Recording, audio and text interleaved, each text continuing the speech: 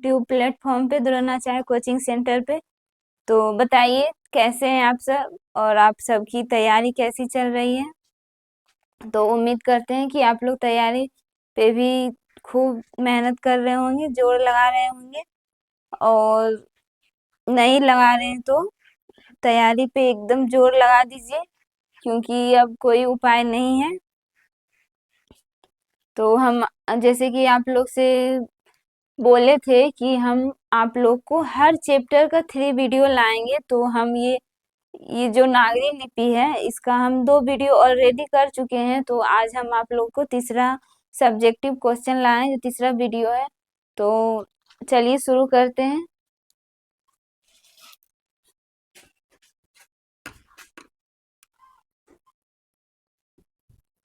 नागरी लिपि।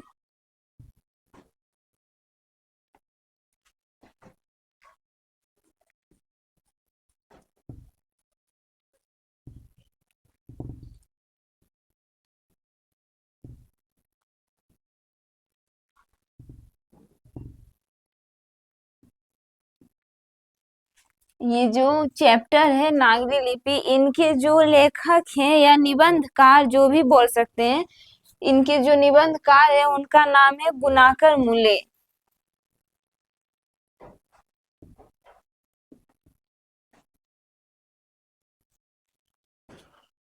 गुणाकर मूल्य इनका नाम है। तो आप लोग को हम बता दिए हैं, लेखक के बारे में पूरा जानकारी दे दिए हैं। तो आप लोग नहीं देखे हैं तो आप लोग प्लीज देख लीजिएगा, तभी आप लोग क्वेश्चन आंसर को सही तरीके से कर पाएंगे। तो हम क्वेश्चन लाए हैं। जो पहला क्वेश्चन है कि देवनागरी लिपि के अक्षरों में स्थिरता कब से आई।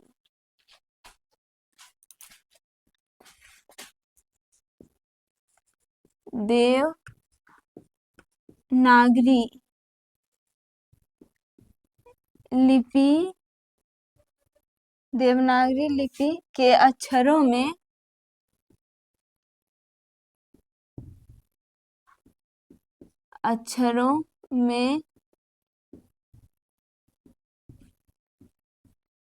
अस्थिरता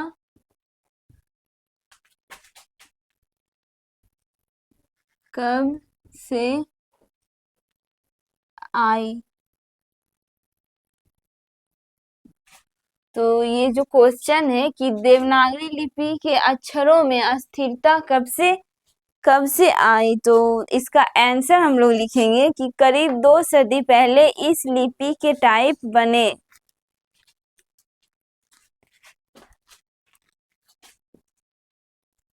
करीब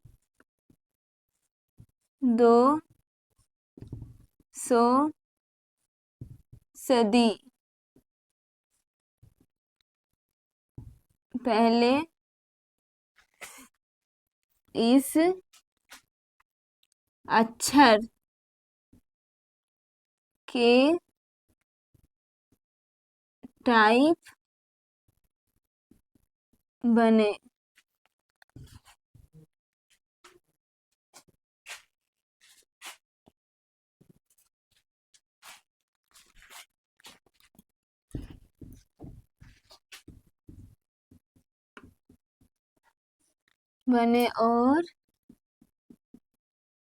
और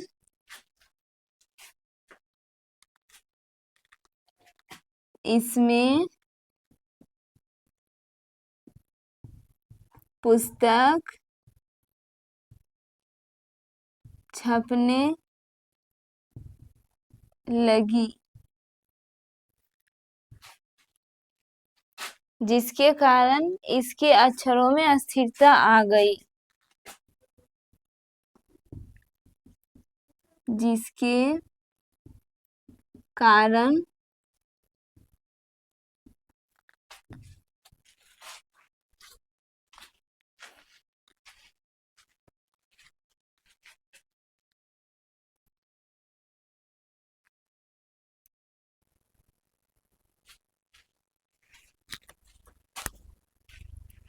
तो आप लोगों से हम माफी चाहते हैं, लाइट चली गई थी।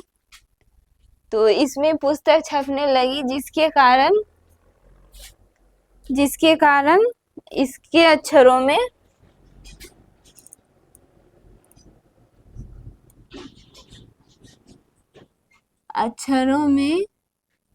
अस्थिरता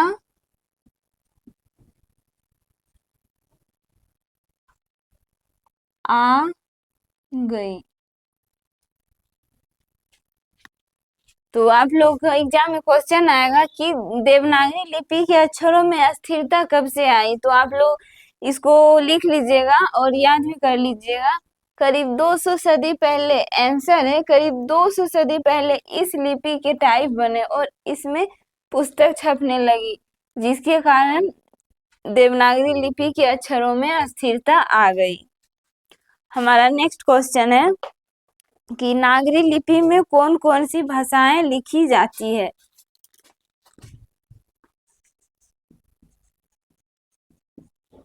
नागरी लिपि में कौन कौन सी भाषाएं लिखी जाती है। तो आप लोग इसमें स्टोरी में पढ़े होंगे कि ये जो देवनागरी लिपि में हिंदी, संस्कृत, मराठी इत्यादि भाषाएं लिखी जाती है।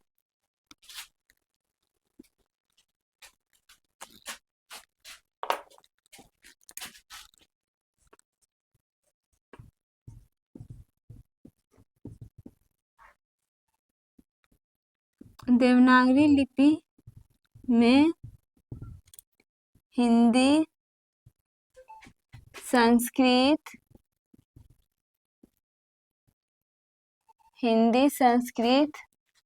मराठी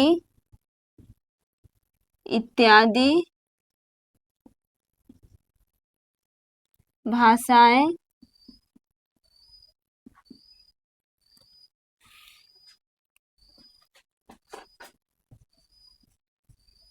लिखी जाती है। तो आप लोग का एग्जाम में क्वेश्चन आएगा कि नागरी लिपि में कौन कौन सी भाषाएं लिखी जाती है, तो हम आपके लिए शॉर्ट से आंसर लाए हैं कि देवनागरी लिपि में हिंदी, संस्कृत, मराठी इत्यादि इत्यादि भाषाएं लिखी जाती है। तो हमारा अगला क्वेश्चन है कि लेखक ने किन भारतीय लिपियों से देवनागरी लिपि का संबंध बताया। लेखक ने किन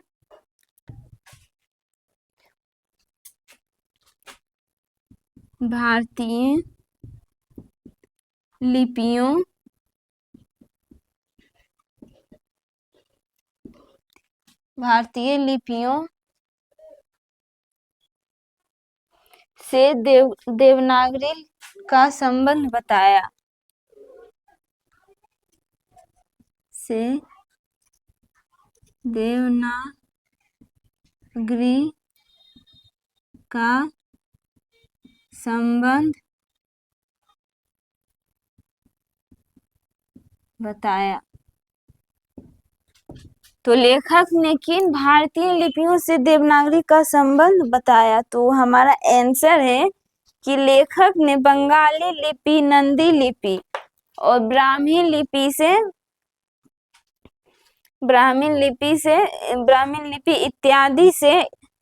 इत्यादि का संबंध देवनागरी लिपि से बताया।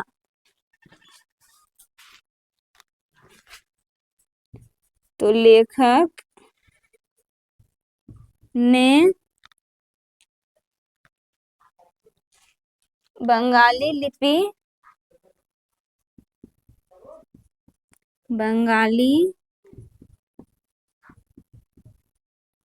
लिपि,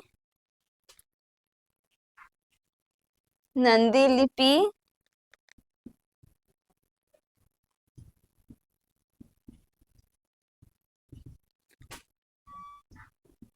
और ब्राह्मी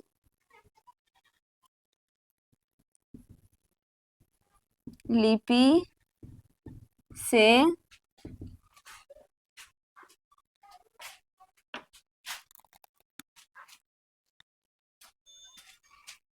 लेखक ने बंगाली लिपि, नंदी लिपि और ब्राह्मी लिपि इत्यादि से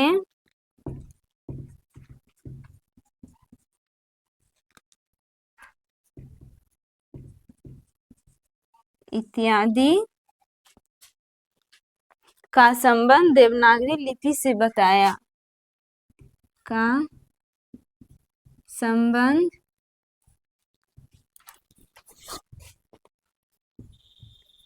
देवनागरी लिपि से बताया। तो आप लोग इसको नोट्स बना लीजिए कि लेखक ने किन भारतीय लिपियों से देवनागरी का संबंध बताया। तो आप लोग लिख दीजिए कि लेखक ने बंगाली लिपि, नंदी लिपि और ब्राह्मी लिपि इत्यादि का संबंध देवनागरी लिपि से बताया। तो हमारा अगला क्वेश्चन है कि नंदी नागरी लिपि किसे कहते हैं।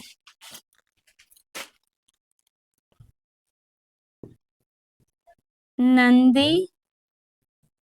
नागरी लिपि किसे कहते हैं। नंदी नागरी लिपि किसे कहते हैं। तो आंसर है कि कहते हैं किस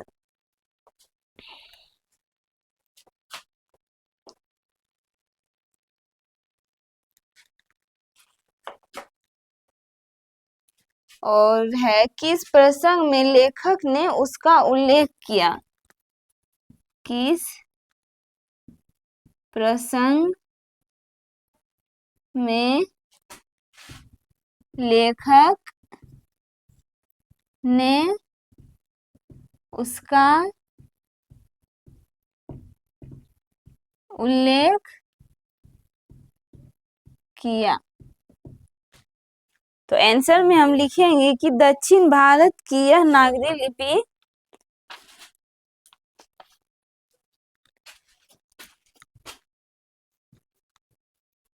दक्षिण भारत की ये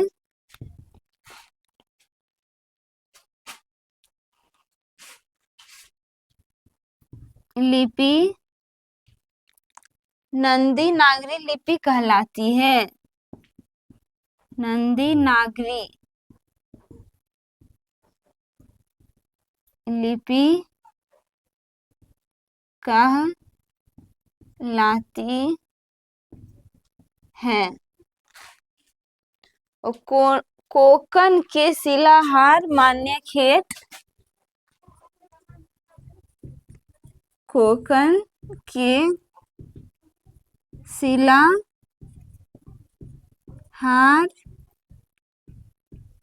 मान्यखेत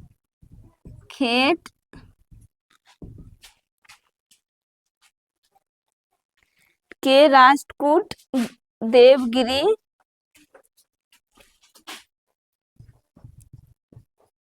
राष्ट्रकूट देवगिरी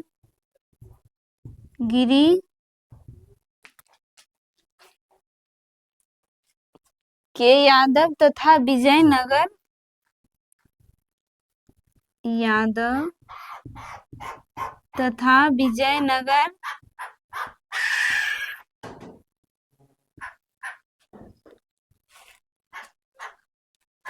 के शासकों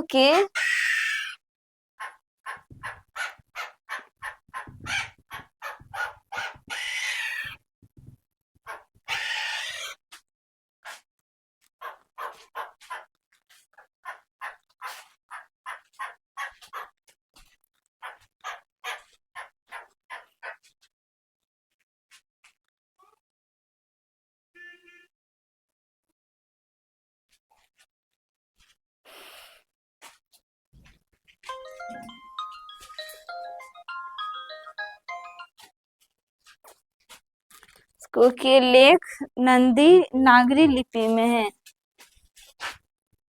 नंदी नागरी लिपि में है।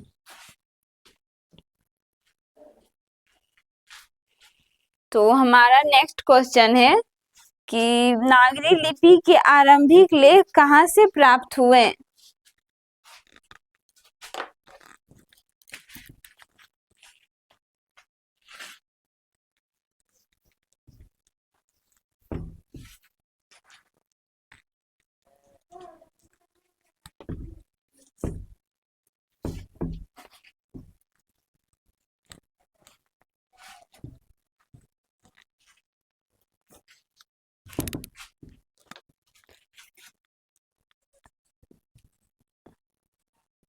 नागरी लिपि के आरंभिक लेख कहाँ से प्राप्त हुए,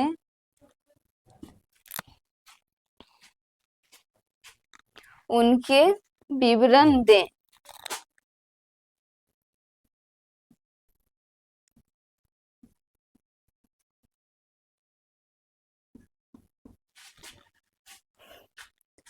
तो हमारा आंसर होगा कि नागरी लिपि के आरंभिक लेख हमें विंध्य पर्वत के नीचे दक्कन प्रदेश से मिलता है।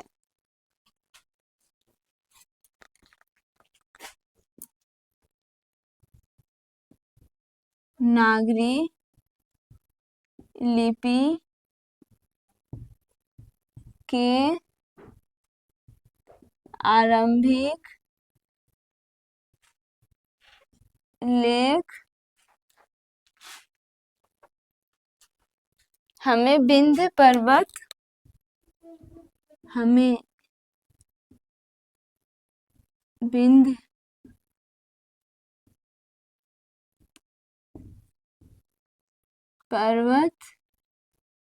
के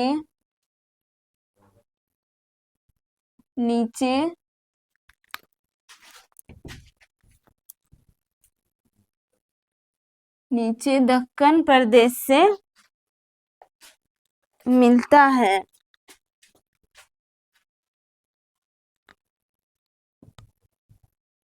दक्कन प्रदेश से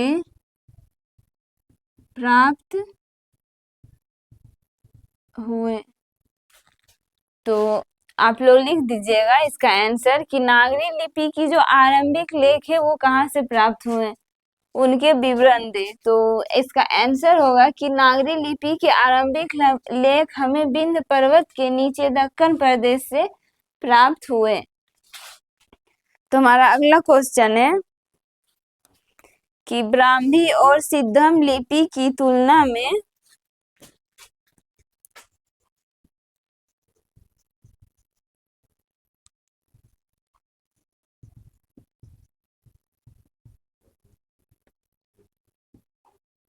और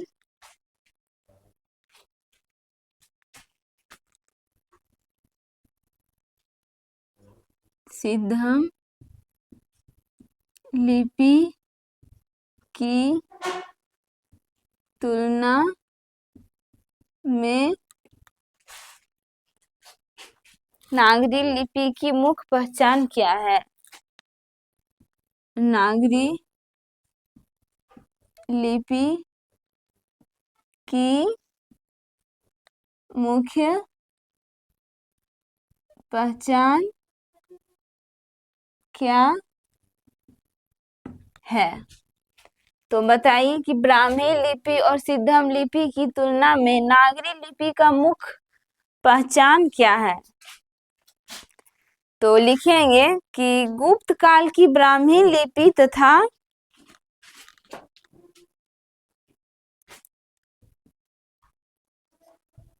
गुप्त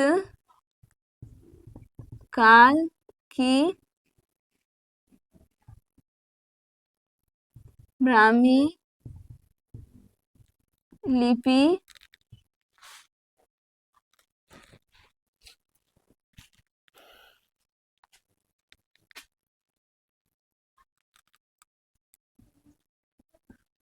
का सिद्धम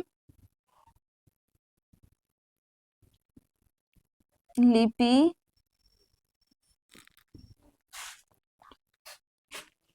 के अक्षरों के अक्षरों के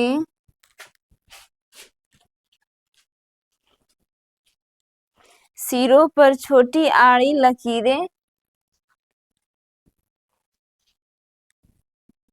सिरों पर छोटी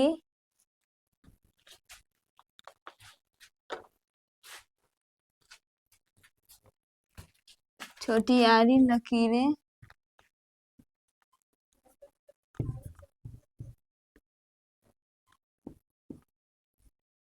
या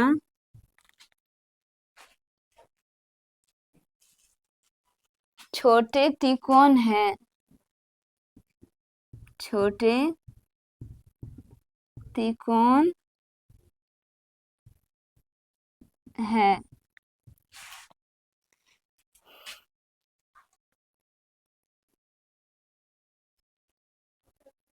लेकिन नागरी लिपि की मुख्य पहचान यह है कि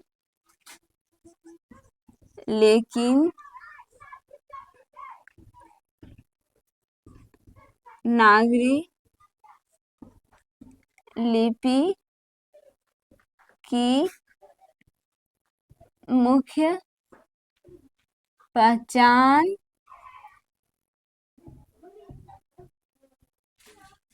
यह है कि इसके अक्षरों के सिरों पर इसके अक्षरों के सिरों पर पूरी लकीरें बन जाती हैं पूरी लकीरें बन जाती है और ये सिरों रेखाएं उतनी ही लंबी रहती है और ये सिरों रेखाएं उतनी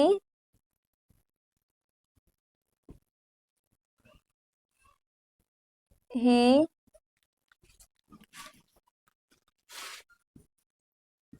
लंबी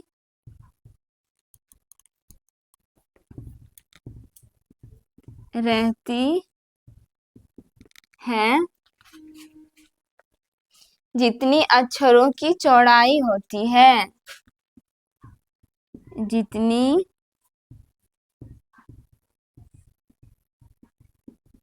अक्षरों की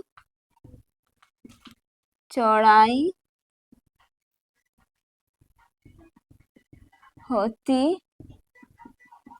है तो ब्राह्मी लिपि और सिद्धम लिपि की तुलना में नागरी लिपि का मुख्य पहचान क्या है तो आप लोग लिखिए कि गुप्त काल की ब्राह्मी लिपिवाद का सिद्धम लिपि के अक्षरों के सिरों पर छोटी लकीरें या छोटी त्रिकोण है लेकिन नागरी लिपि की मुख्य पहचान यह है कि इसके अक्षरों के सिरों पे पूरी रेखाएं बन जाती है और ये सिरों रेखाएं उतनी ही लंबी रहती है जितनी अक्षरों की चौड़ाई होती है तो आप लोग क्वेश्चन को समझ लिए होंगे नेक्स्ट क्वेश्चन है कि उत्तर भारत के किन शासकों के प्राचीन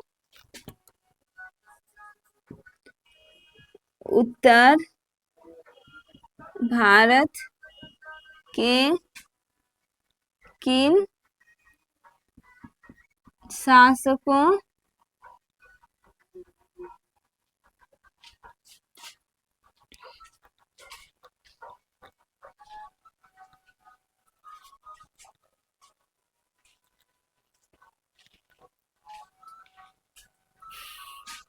किन शासकों के प्राचीन नागरी लेख, किन शासकों के प्राचीन नागरी लेख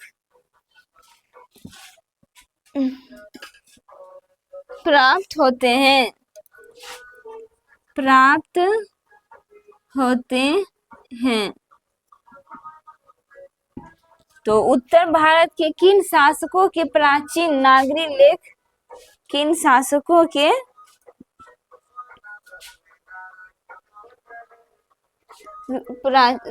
प्राचीन नागरी लेख प्राप्त होते हैं? तो हमारा आंसर है कि उत्तर भारत के इस्लामी शासक महमूद गजनवी, उत्तर भारत के इस्लामी शासक महमूद गजनवी के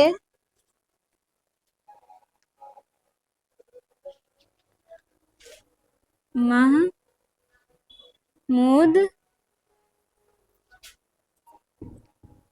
गजनवी के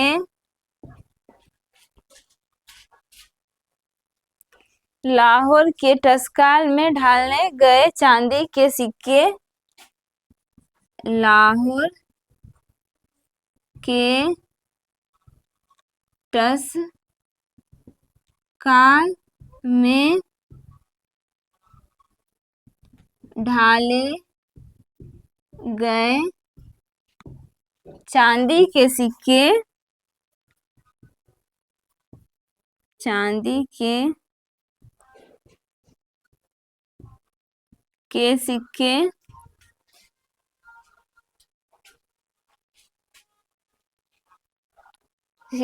सिक्कों पर भी नागरी शब्द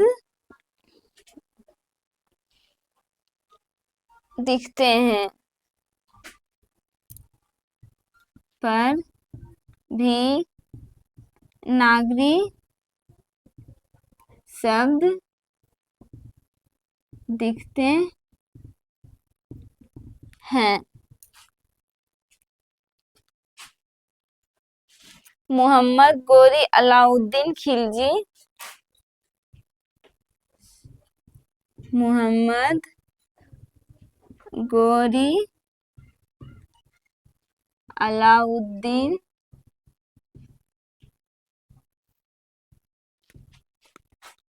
खिलजी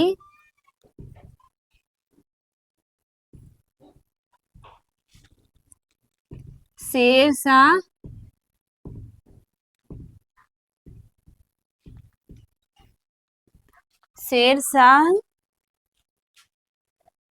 अकबर आदि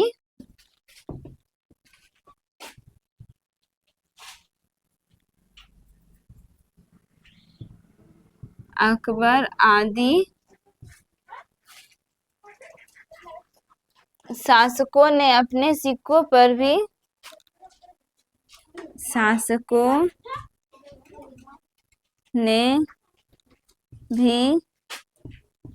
अपने सिक्कों पर नागरी शब्द खुदवाए, नागरी शब्द खुदवाए।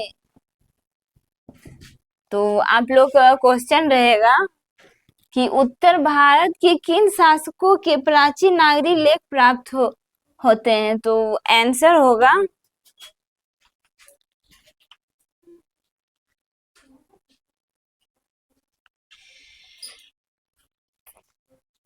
होगा कि उत्तर भारत के इस्लामी शासक जो थे महमूद गजनवी के लाहौर के टस्काल में ढाले गए चांदी के सिक्कों पर भी नागरी शब्द देखने मिलते हैं।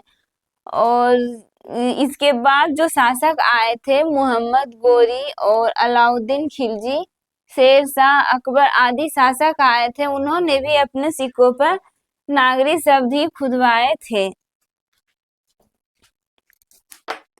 तो अगला क्वेश्चन है कि नागरी लिपि को देवनागरी क्यों कहते हैं?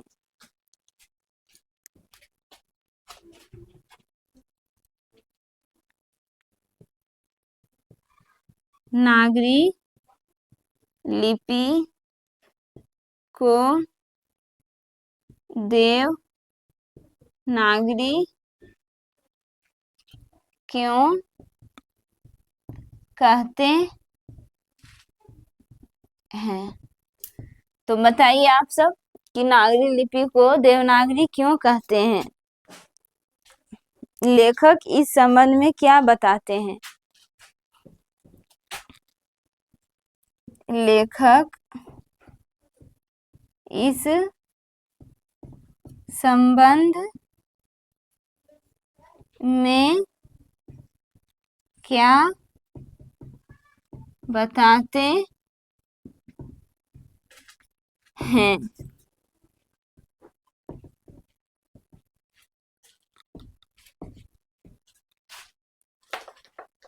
तो नागरी लिपि को देवनागरी लिपि इसलिए देवनागरी लिपि कहने के पीछे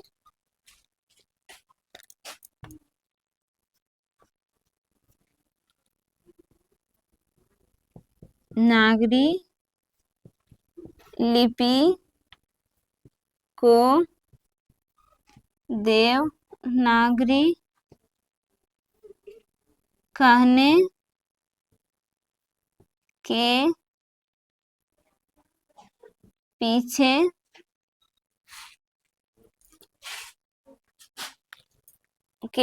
लेखक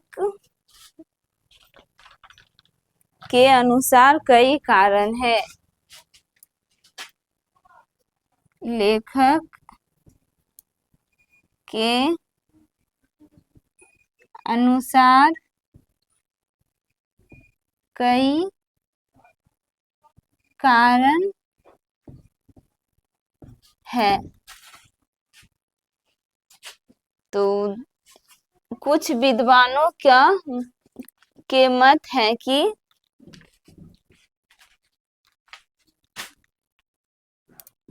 कुछ विद्वानों का मत है कि इस लिपि का प्रयोग सबसे पहले गुजरात के इस लिपि का प्रयोग सबसे पहले गुजरात इस लिपि का प्रयोग सबसे पहले गुजरात के नागर ब्राह्मणों ने किया था। नागर ब्राह्मणों ने किया था, इसलिए इसे देवनागरी लिपि कहते हैं।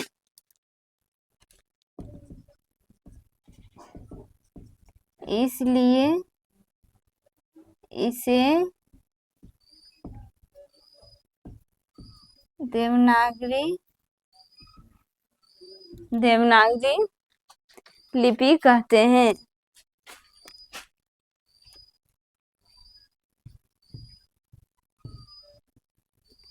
और दूसरा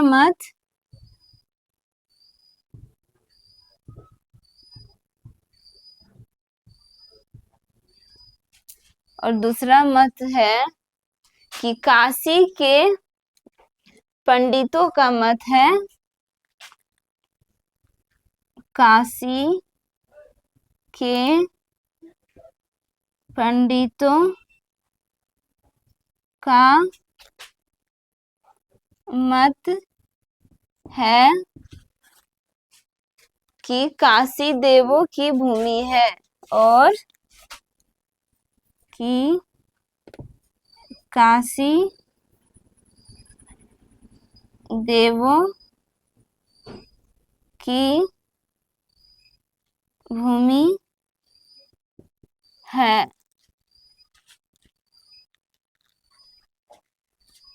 और सबसे पहले इस लिपि का प्रयोग काशी में हुआ था। और सबसे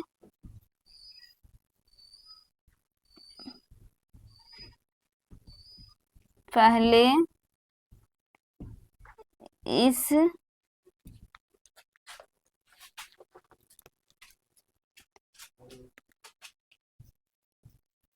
लिपि का प्रयोग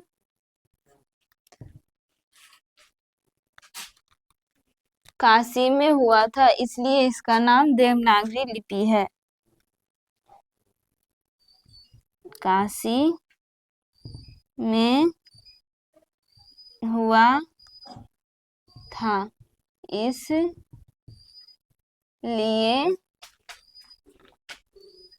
इसका नाम देवनागरी लिपि है।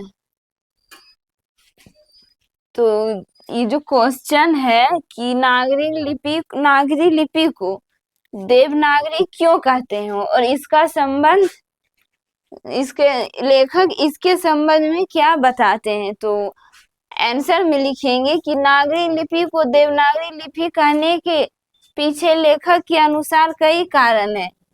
कुछ विद्वानों का मत है कि इस लिपि के प्रयोग सबसे पहले गुजरात के नागर ब्राह्मणों ने किया था, इसलिए इसे देवनागरी कहते हैं।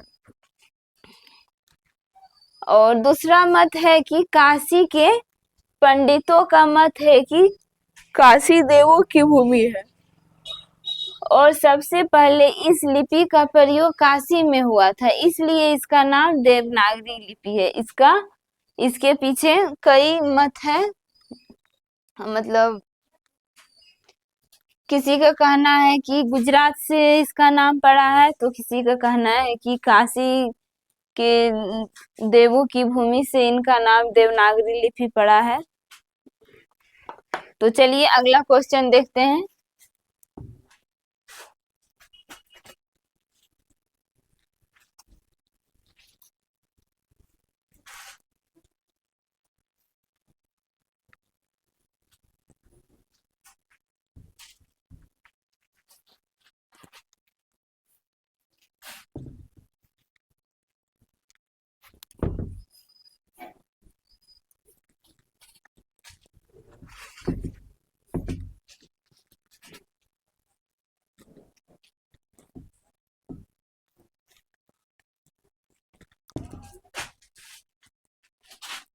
हमारा अगला क्वेश्चन है कि नागरी लिपि कब तक सार्वदेशिक लिपि थी। सार्वदेशिक लिपि थी। नागरी लिपि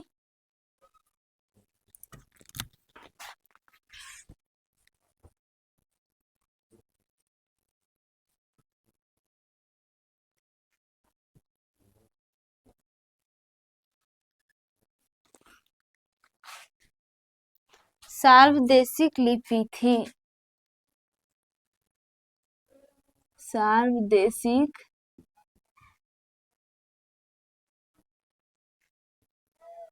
लिपि थी। तो हम आंसर में लिखेंगे कि नागरी लिपि 8वीं-9वीं सदी से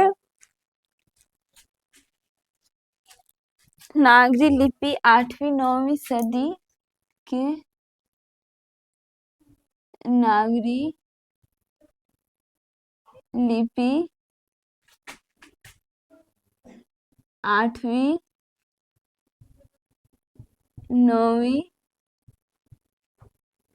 सदी में सार्वजनिक लिपि थी। में सार्वजनिक लिपि थी।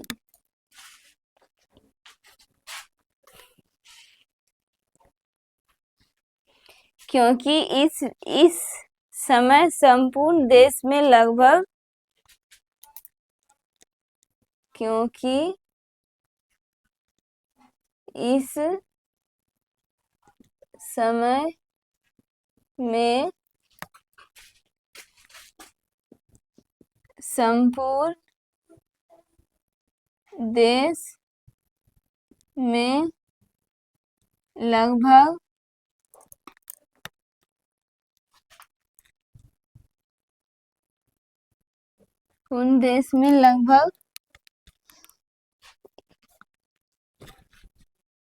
इस लिपि का प्रयोग हो रहा था।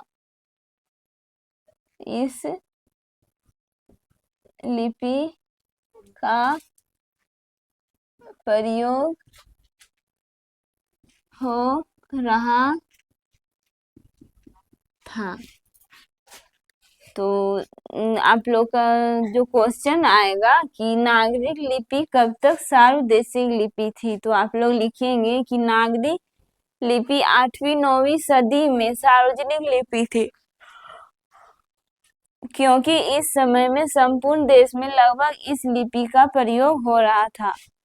तो हमारा लास्ट क्वेश्चन है कि गुर्जर प्रतिहार कौन थे?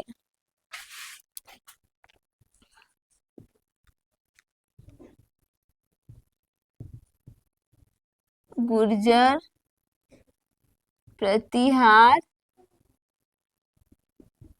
कौन थे? तो आंसर लिखेंगे गुर्जर प्रतिहार भारत के बाहर से आए थे।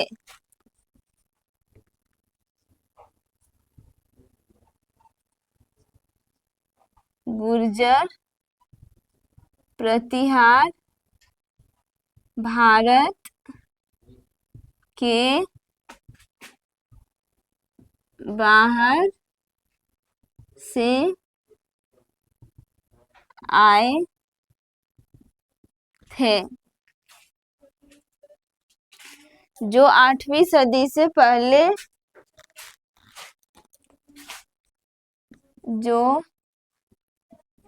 8वीं सदी से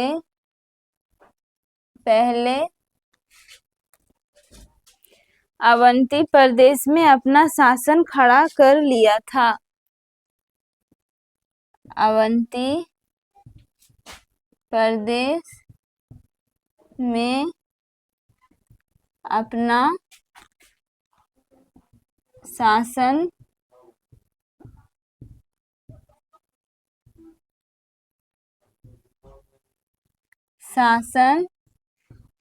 खड़ा कर लिया था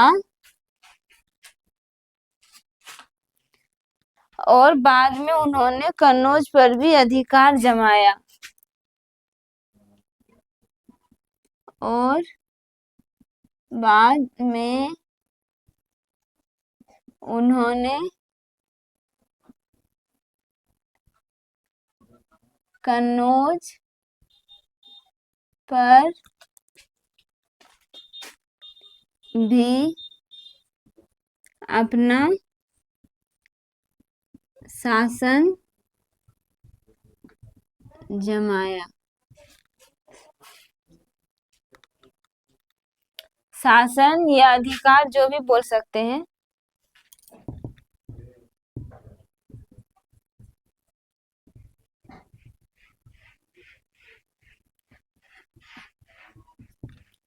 तो ये हमारा आखिरी क्वेश्चन था कि गुर्जर प्रतिहार कौन थे? गुर्जर प्रतिहार भारत के बाहर से आए थे, जो 8वीं सदी से पहले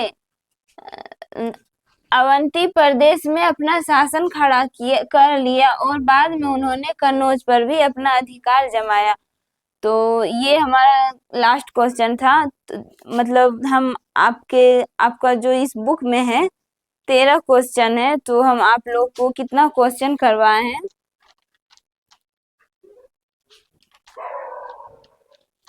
हम आप लोग को 10 क्वेश्चन करवाए, जो इम्पोर्टेंट है, जो बार बार एग्जाम में आते हैं, वही हम आप लोग को करवाए हैं। तो उम्मीद करते हैं कि आप लोग को समझ में आया होगा और आप लोग मेरा क्लास को समझे होंगे। तो चलिए आज यहीं तक रहने देते हैं, कल हम आपके लिए दूसरा चैप्टर लाएंगे। तो आप लोग लाइक कीजिए, शेयर कीजिए और हमारे इस चैनल को सब्सक्राइब कर लीजिए।